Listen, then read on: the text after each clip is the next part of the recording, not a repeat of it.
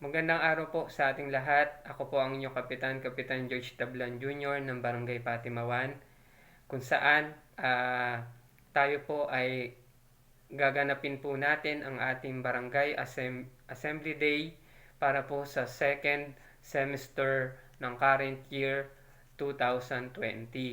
So, ito po ay alinsunod sa DILG Memorandum Circular number 2020-137. So, tayo po ay may tema kung saan ang barangay, bayanihan sa panahon ng epidemya para sa kaligtasan ng mamamayan. So, maganda po ang tema ng ating asembleya dahil ito po ay napapanahon dahil sa nangyayaring epidemya sa ating bansa, ganun din po sa buong mundo na nararanasan ng ating mga mamamayan. So, ako po bilang inyong kapitan ay talagang nakikisa sa ating pamahalaan nasyonal, ganun din po sa ating pamahalang lungsod sa mga direktiba at mga batas na kanilang binababa para po mailigtas ang ating mga mamamayan sa kumakalat na epidemyang dulot po ng COVID-19. So, ako po ay magre-report sa inyo ng ating mga naging highlights noong 2019 kung saan po yung mga programa at mga naging proyekto at gawain ng ating pamahalaan barangay ay ating pong matutunghayan. So, umpisan po natin bagamat yung 2019, yung i-report lang po natin yung third quarter na po. Kasi po tayo po ay nagkaroon ng asembleya, kung inyo pong matatandaan, noong October. So, lahat po nung nangyari noong January to September noong 2019 ay ating po nang nai-report. So, yung mga highlights lamang po ng ating i-report para po sa 2019 third quarter ay umpisan ko po yung meron po tayong mga surrendery sa ating drug clear barangay na kung saan po meron po tayong 5 na isinurrender sa ating kapulisan na kung saan nagkaroon po sila ng mga programa na kung saan ito po ay pinangunahan ng ating pamahalaang barangay sa suporta po ng ating PNP, ng SADC at syempre ng ating Social Welfare Development Office kung saan po tayo po ay nagkaroon ng orientasyon para po sa ating mga surrendery kung ano po yung kanilang dapat gawin at dapat pong iwasan. So, tayo po ay nagagalak dahil meron po tayong mga hindi po natin hinayaan ang ating mga mamamayan na alam nyo na po kapag ang isang drug personality ay hindi sumunod ay nagkakaroon po ng kung sila po ay nanlaban ay sila po ay syempre makukulong o kaya ay sila po ay alam nyo na mapupunta sa kabilang buhay. So, tayo po bilang ama ng ating barangay, pinipilit po natin maiwas na mahuli ang ating mga drug personality, kaya po atin po silang isinorender sa ating kapulisan. So, nagkakaroon po ng mga programa upang maiwas o iiwas na po sila sa masamang bisyo. So, tayo po ay nag-a-apply din po para po sa drug clear barangay. Kaya po sana po supportahan po natin ang ating inisyatibo para maiwasan na po ng ating mga mamayan ang masamang dulot ng paggamit po ng ipinagbabawal na gamot. So, yan po ay naganap nung October to November 2019. Ganun din po, tayo po nung October 10, 2019, tayo po ay nagkaroon ng programa kung saan pinarangalan po natin ang ating mga mamamayan, yung ating parangal sa natatanging pamilyang sa ating barangay, institusyon at individual, kung saan po atin po silang binigyan ng sertifikasyon na kung saan sila po ay atin pong kinikilala bilang isang natatanging mga pamilya. So, ito pong darating pong December 10 po, sa ating anniversary ulit, tayo po ay magkakaloob din po ng mga parangal sa ating mga mamamayan. So, kaugnay po niyan, nung December, nung nakaraan taon po, 2019, tayo po ay nagkaroon po ng Christmas party para po sa ating mga senior citizen at sa PWD, kung saan yung kanilang pong pondo ay nagamit po nila na para po maibigay po sa kanila, no? At ako po ay nagbigay din sa ang ating sangguniang barangay ay nagbigay din po ng pagkilala sa ating mga kawani at personnel po ng ating barangay. Nagkaroon po tayo ng Christmas party po para sa kanila, kung saan po binigyan po natin sila ng mga pamasko. So, ganun din po nung December 30, 2019, nagkaroon din po tayo ng distribution of Christmas gift para po sa ating mga dating mga kawani at opisyal ng barangay, no? So, hindi po natin alam kung magagawa pa po natin to dahil po sa dami po ng ating mga pinagdaanan sa taon nito kasalukuyan. So,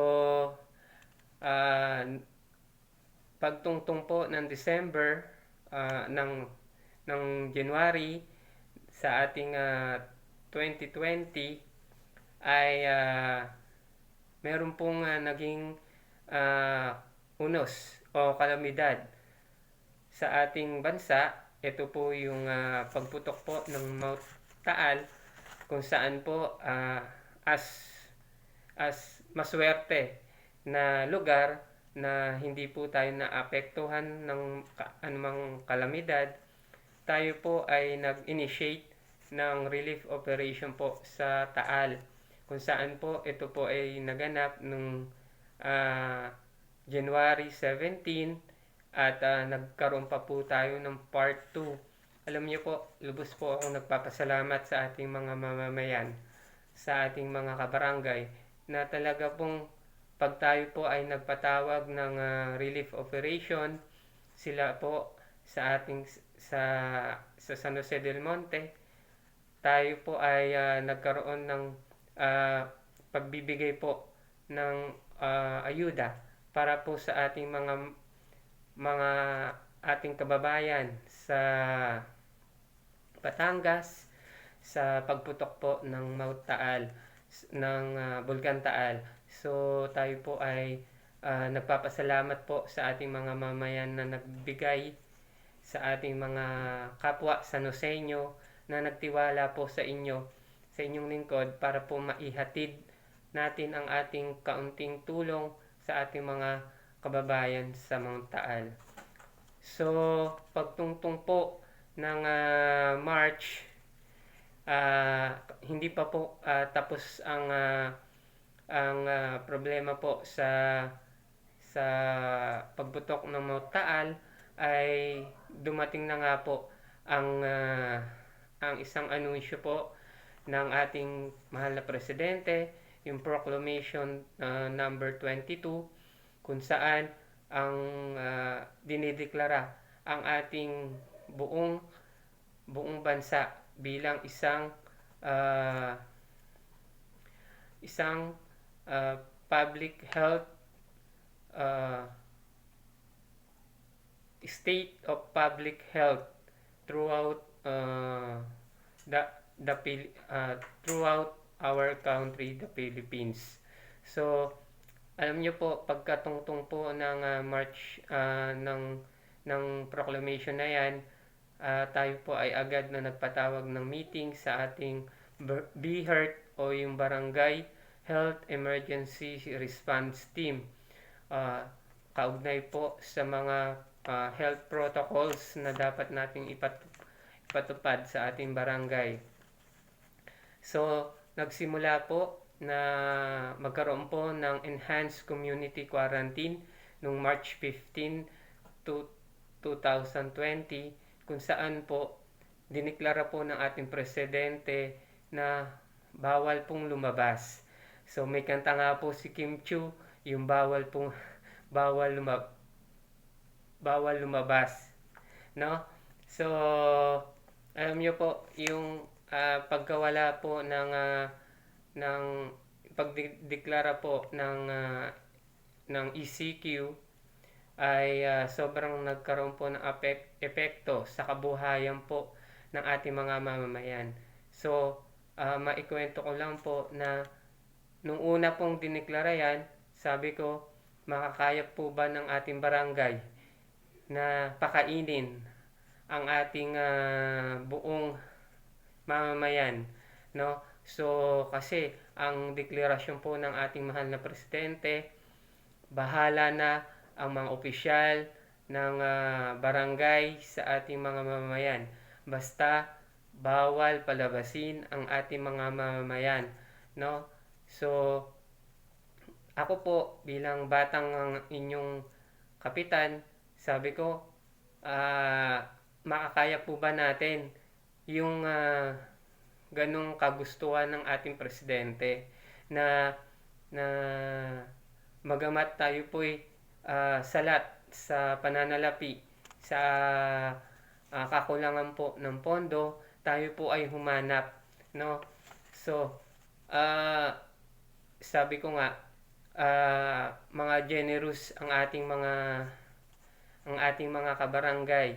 Yung may mga kaya po na ating mga kabarangay ay agad pong tumugon sa ating panawagan na kung saan tayo po ay nagkaroon ng first wave, kung saan po ito po ay walang inilabas ang ating pamalaang barangay ng pondo. Dumagsa po ang tulong pang-ayuda para po sa ating mga mamamayan. Nung una nga po, akala po natin mabibigyan lang po natin yung ating mga indigent families. Pero dahil nga po sa dumagsa yung mga tulong ng ating mga kabarangay na may kaya, ng ating mga kaibigan at kakilala, ating pong nabigyan lahat halos ng mga kabahayan na kung saan po 900 plus po ang ating mga household, kung saan po kasama na po dyan ang ating mga kawani ng ating barangay. So tayo din po ang nagpatupad ng checkpoint kung saan po nagkaroon po ng mga volunteers.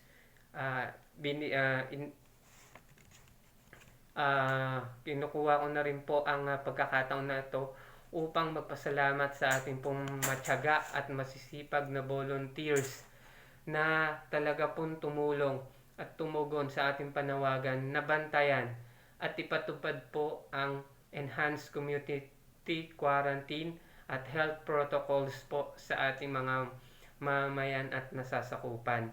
So, alam po natin yung hirap na nangyari, hirap na dinanas ng ating mga volunteers, mga barangay tanods, barangay official, para lamang po magpatupad ng mga ninanais na health protocols at checkpoint sa ating mga mamamayan. So alam po natin yung ating pong barangay ay daanan ng mga mamamayan sa ibang mga barangay. Kaya nga po tayo ay nagkaroon ng mahigpit na pagpapatupad po dito.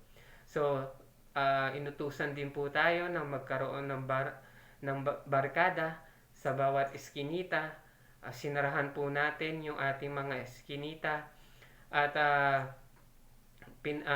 nilimitahan ang paglabas ng mga mamamayan. So tayo po ay tumugon agad sa panawagan ng ating pamalang nasyonal, ganun din po ng ating Mayor Arthur Robes, na tayo po ay bigyan ng mga direktiba para po mailigtas at maiwasan po ang paglaganap po ng COVID-19 sa ating lungsod, sa ating particular na po sa ating barangay. So, nag-start po ang community quarantine noong March 15 hanggang sa nagkaroon po ng mga extension, no?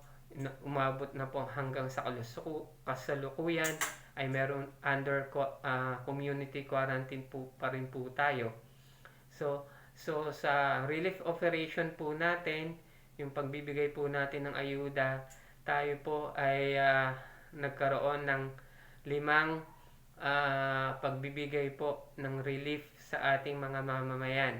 Lahat po ng kabahayan, no, maliban na lamang po sa mga ating mga mamamayan na tumanggi na sila ay bigyan dahil sila po ay may kaya, no, at tayo po ay nagpapasalamat sa kanila dahil talagang tumugon po sila sa ating panawagan na magbayanihan po tayo. So nagpapasalamat din tayo sa ating mga kaibigan na nasa ibang bansa na tumulong sa atin na sa bawat, alam niyo po kasi ang ating pondo ng barangay na pinatustos doon ay kung susumahin po natin ay hindi po sasapat, no? Kumbaga po sa 100% yung pondong pong nailaan po natin at ginastos po natin ay nasa 20% lamang. Yung the rest po ng ayuda na po na yon na binigay po natin ay galing po sa ating mga donasyon ng ating mga kaibigan, ng ating mga mamamayan na may mga busilak na puso. So nagpapasalamat tayo sa ating mga kaibigan, no? Ganon din po, tayo po ay nangasiwa at naatasan ng ating pamalang nasyonal at pamalang lokal na mag-distribute at ng sack form kung saan po ang registration po nito ay binigyan po lahat nung una, no? Binigyan po ng form na napipill upan at pinasa po namin at sinadmit agad sa DSWD noong April 6, no? Kung saan tayo po ay nagkabilang po ng almost 900 household. Kung saan po nung April 21 nagkaroon na po ng distribution ng first tranche ng SAP, no, yung ayuda po na 6,500 para po sa ating mga mamamayan. Atin pong itong pinatupad at ating pong yung health protocols po na pinatutupad natin ay atin pong na-implement, no, ng matiwasay at talagang may pagsunod po sa ating mga mamayan, yung social distancing at pagsusuot po ng face mask na talaga pong pinatupad at ginawa din po at sinunod din po ng ating mga mamamayan, no. So almost 200 beneficiaries po ang ating nabigyan nung first tranche po, no. So ganun din po yung kasagsagan din po ng ating enhanced community quarantine. Tayo din po ay nagkaroon ng libreng pang-almusal sa ating mga mamayan ng higit ng 6 na beses, no? Bagamat tayo po ay naglabas ng pondo dito, hindi din po yun sumapat. Nagkaroon din po yan ng ating mga mahal na kaibigan na talagang nagbigay po ng ng ayuda para po sa ating mga mamayan.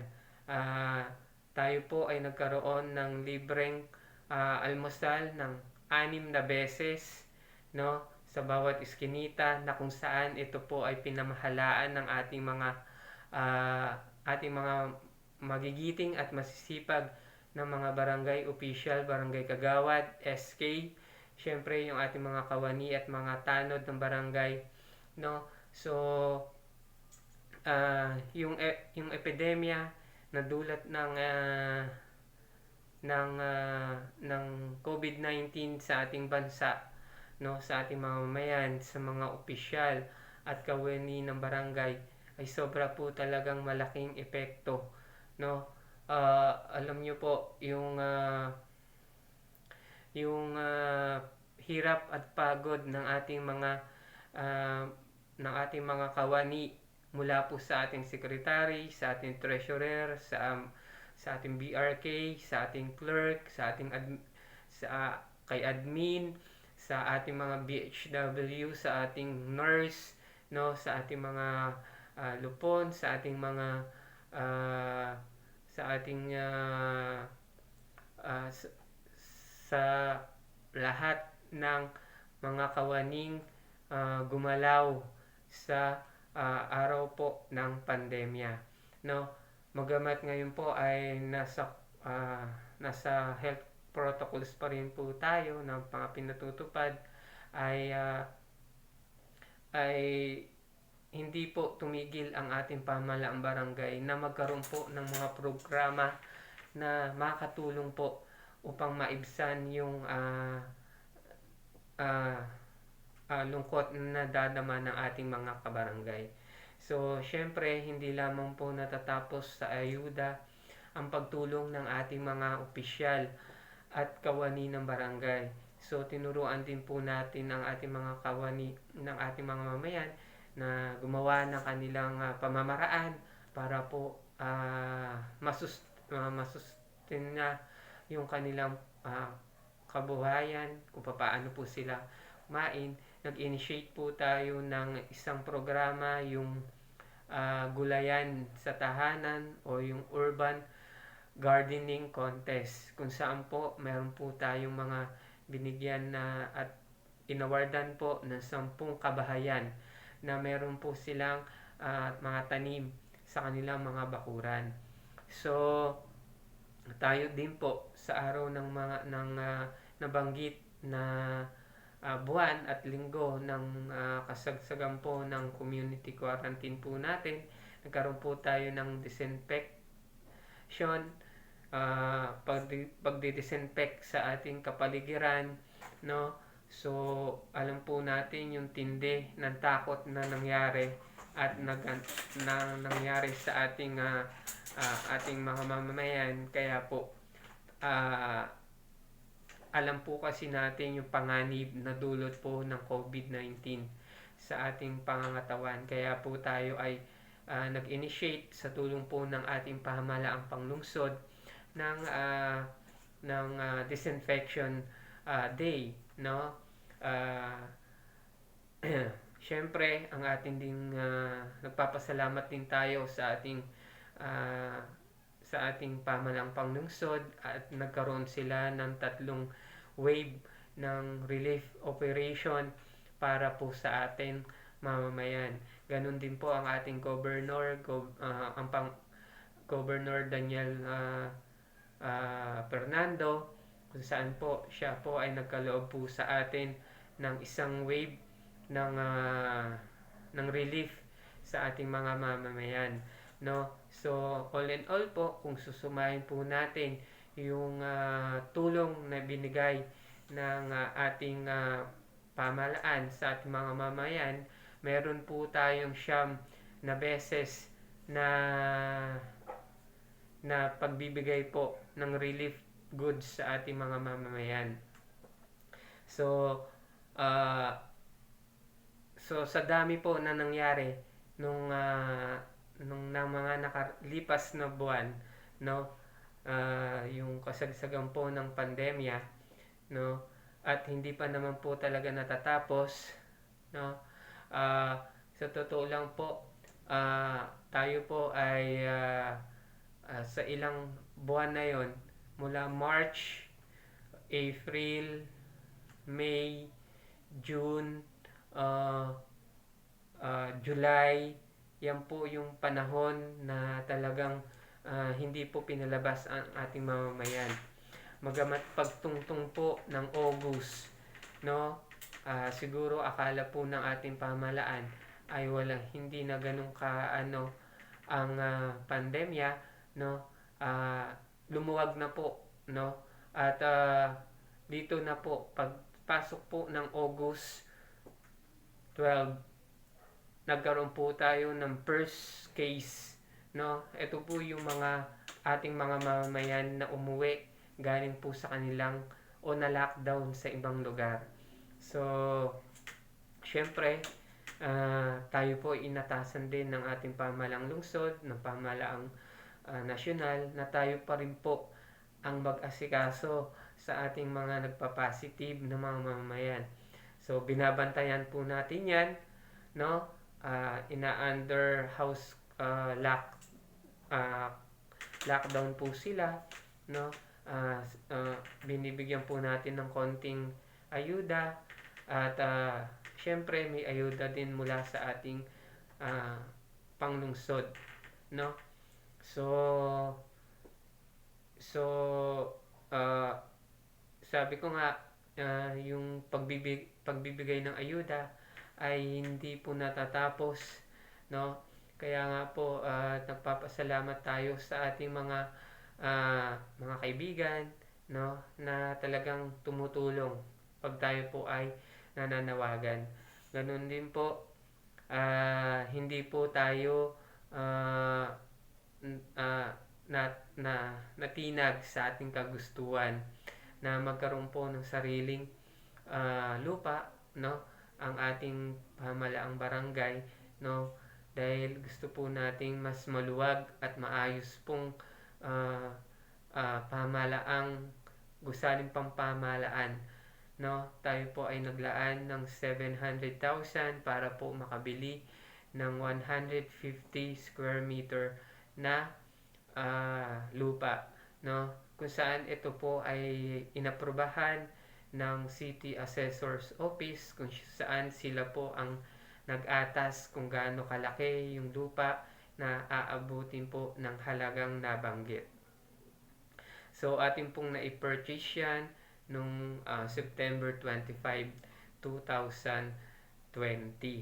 Kaya nga po tayo ay agad na nagpagawa din ng plano kung saan tayo po ay nangangarap na magkaroon ng 3 palapag na government center, kung saan dito na po matatagpuan ang ating mga bagong pasilidad na pakikinabangan po ng ating mga mamamayan, no. So sabi ko nga po sa inyo ay hindi po titigil ang ating pamahalaan para po magkaroon ng isang maginhawang paglilingkod at ganun din pakikinabangan ng ating mga mamamayan. So ganun din po, hindi rin po nagpatinag ang ating pamahalaang barangay na magsagawa din po sa tulong po ng Philippine Red Cross ng bloodletting program, dahil alam po natin ang kahalagahan ng bloodlet ng dugo, mga pangangailangan sa dugo ng ating mga mamamayan.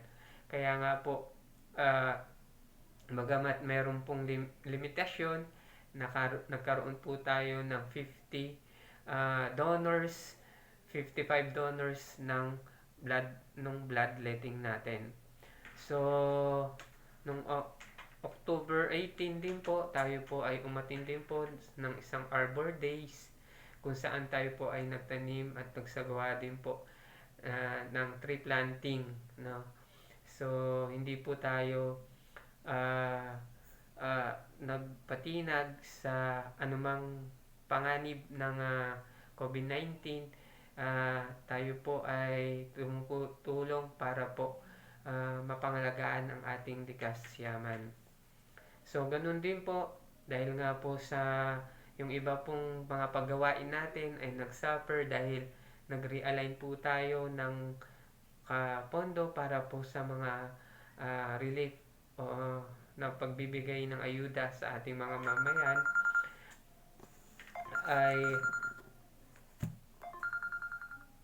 ay nag-request po tayo sa ating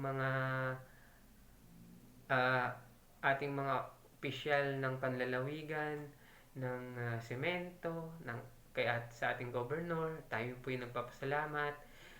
Binigyan po tayo ng 30 bags ng semento na kung saan magpapagawa po tayo ng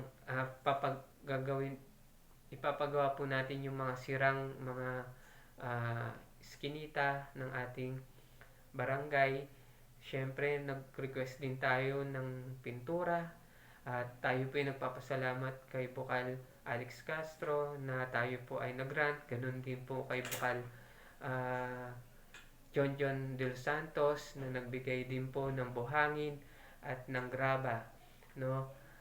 Alam niyo po, sisimulan na nga po sana natin ang pagsasaayos, no, at pagpapaganda at pagpipintura, no, ng ating barangay. Nagkaroon naman po ng isang kalamidad sa atin. Hindi po tayo pinaligtas ng bagyong Ulysses nung November 12, no, 2020, na kung saan tayo din po akala po natin na ligtas tayo sa bagyong Rolly, no, na lumihis, no, hindi tayo dinaanan, magamat ito po ang Rolly at ang Ulysses ay naminsala sa Kabikulan, no.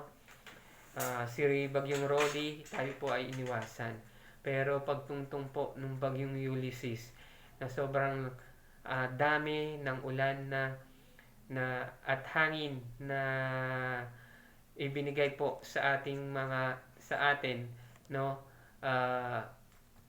Meron po tayong mga 3 iskinita kung saan nagkaroon po ng pagbagsak ng mga puno, no. Unahin na po natin yung 2 poste na humilig sa San Isidro Street, no, na unang araw pa lang at gabi pa lamang ng kasagsagan ng bagyong yon, yung malakas na bagyo na yan, ay tayo po ay nag-ocular na kung ano-anong mga street yung ating mga i-report sa Meralco, no.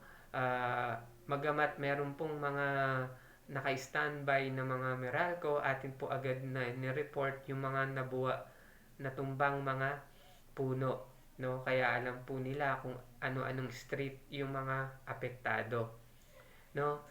Magamat dahil nga po sa sobrang lakas ng bagyong yon ay hindi po agad natugunan ng private company na Meralco yung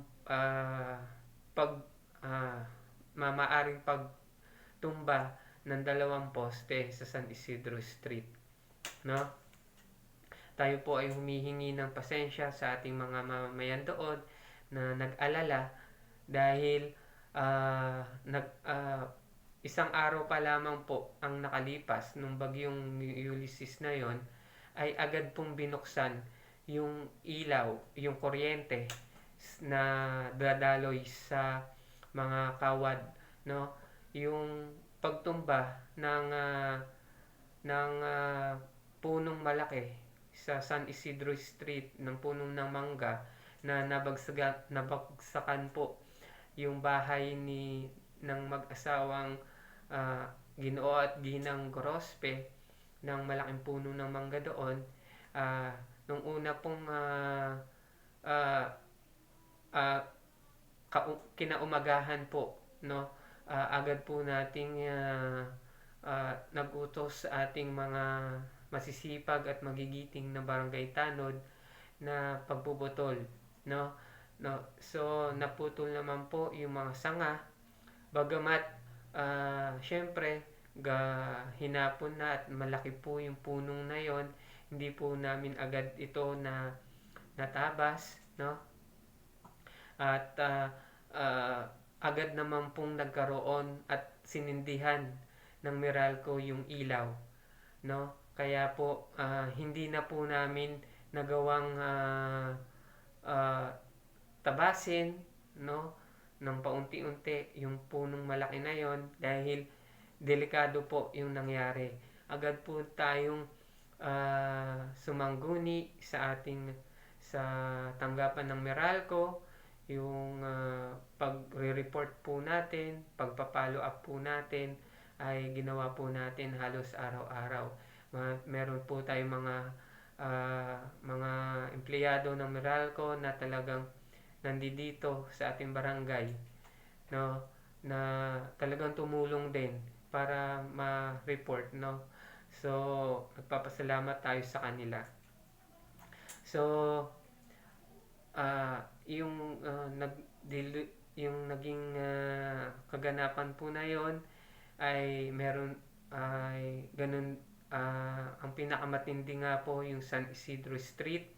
Ganun din po, meron din pong naputol na punong mangga din sa tahanan na nabuhal, no, sa San Sebastian Street, sa tahanan po ni Ginoong Villacruz, no. At ganun din po yung sa Santo Niño Street kung saan lumaylay po ang isang sanga, malaking puno ng sanga doon sa Kawad, no. Kaya hindi po natin natabas po natin ng kaunti yung mga sanga na yon, pero yung pinakamalaki po ay hindi po natin kinaya dahil kailangan po ng crane nun, no, para maputol po lahat. So tayo po ay nag-request sa Meralco na sana agad na matunghayan, mapuntahan, at nagpapasalamat din tayo sa CDRMO na talagang tumulong din po sa atin sa pagpuputol po ng mga puno. So dahil nga po sa hindi po talaga inaasahan yung nangyari, buong lungsod din po kasi natin, lahat po halos ng barangay ay nagkaroon ng pagbuwal ng iba't ibang uri ng puno, no. Kaya talagang hirap din po ang ating mga CDRM o mga rescue na talagang tumugon sa ating mga request.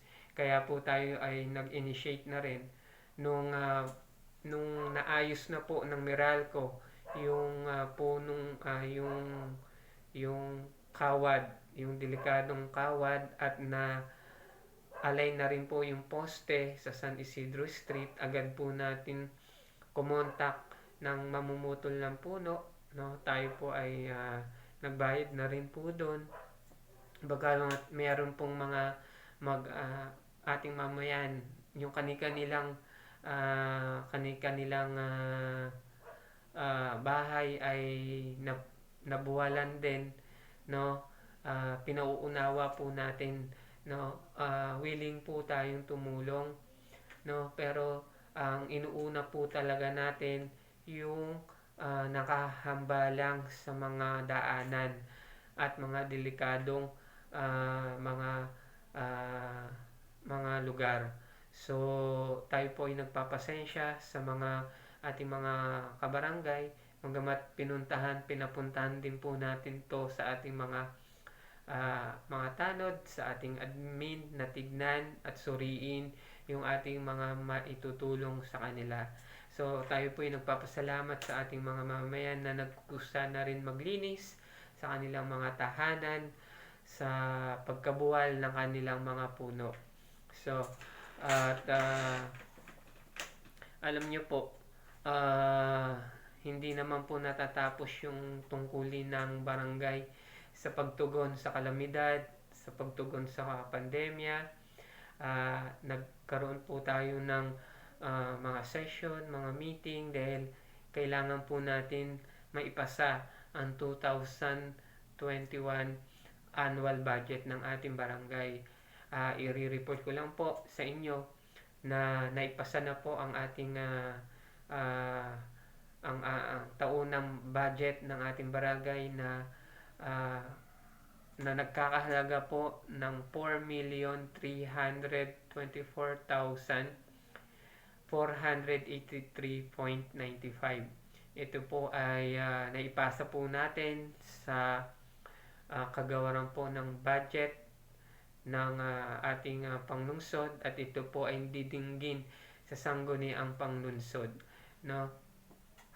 Nagpapasalamat tayo sa ating treasurer, sa higit sa lahat sa ating kalihim na si Ginang Charmaine Padriguela. Palakpakan po natin, no, na talagang napakasipag po ng ating kalihim. Lahat po ng dapat gawin, lahat po ng dapat iutos ay dapat gawin ng natin para sa ating mamamayan ay natutugunan po, no? So ako po ay kung hindi po magiging maayos ang ating pamamahala kung wala po yung ating mga kawani ng ating barangay. Sa inyo po, kayo po talaga ang mga bayani, no? Tayo po ay talagang sabihin nga natin salat sa mga benepisyo, pero tayo po ang unang tumutugon sa mga pangangailangan po ng ating mga mamamayan, no? Alam niyo po, sabi ko nga po, nagpapasalamat nga po tayo na yung ating pong barangay, yung ating lugar ay hindi po ganun na nasasalanta ng mga kalamidad. Wala pong kabahayan na nasira, no? Kung meron man po mga minors lang po yung mga damages sa ating mga kabahayan, pero hindi po tayo binaha, hindi po natin naranasan bahain, no, na hindi tulad po ng mga ibang lugar sa Bicol. Halos lahat po nawalan ng tirahan, no? Yung lakas po ng mga bagyong dumaan sa kanila, yung landslide po na tumabon po sa mga kabahayan sa kanila, no? Sa matinding pagbaha at hanggang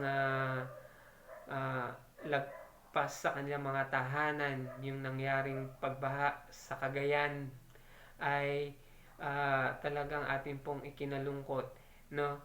At sa ngayon nga po, sa assembleya po natin ay ako po ay lumiban dahil po tayo po ay paakyat ngayon sa Cagayan para po magpahatid ng tulong.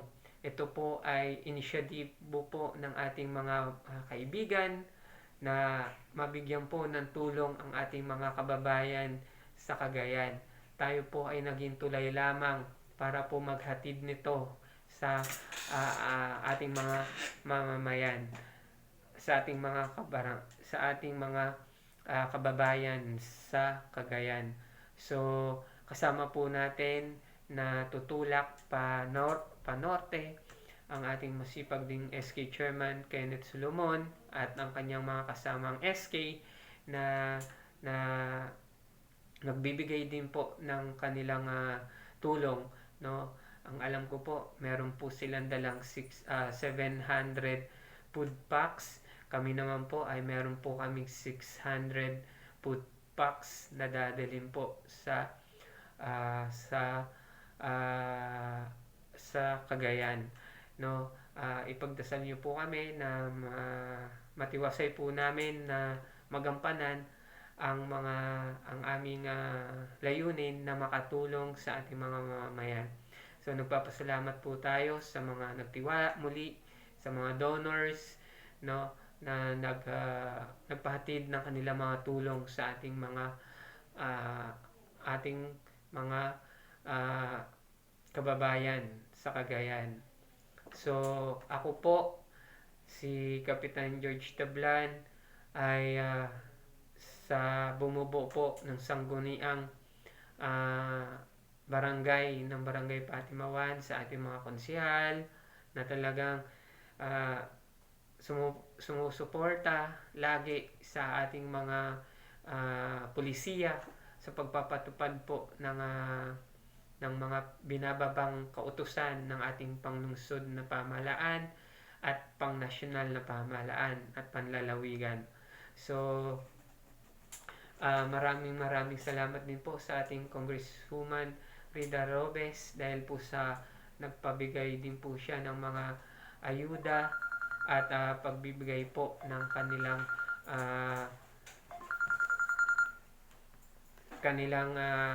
kanilang tulong sa ating mga mamayan. So, maraming salamat sa atin at kayo po, sa inyo po, sa ating mga mamamayan na sa ating mga kabarangay. Sumunod po tayo sa anumang pinag-uutos ng ating pamahalaan ng ating barangay. Kami po ay nagiging instrumento lamang po ng ating pamahalaan. Kung hindi po kayo susunod, kung hindi po tayo maniniwala sa mga opisyal ng pamahalaan, ay paano na lang po tayo, no? So maraming salamat po at sana matapos na to at magkaroon na po ng bakuna ang ating dinadanas sa ating bansa at sa buong mundo.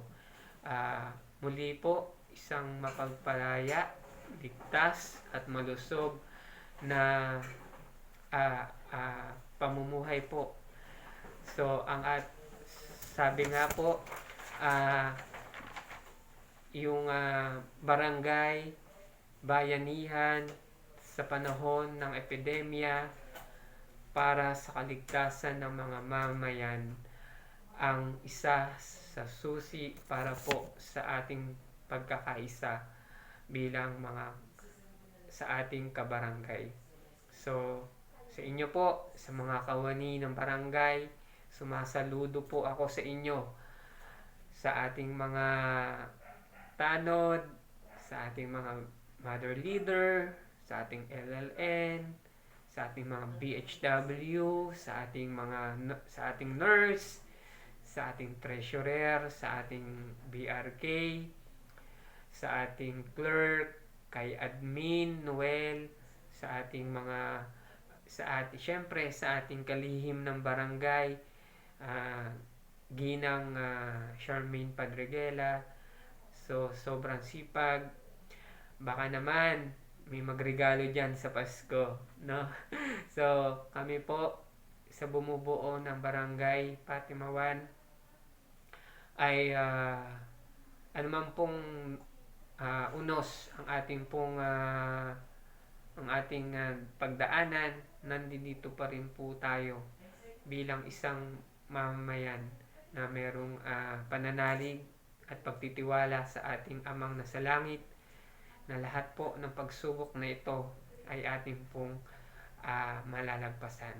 Isa pong mapagpalayang gabi sa ating gabi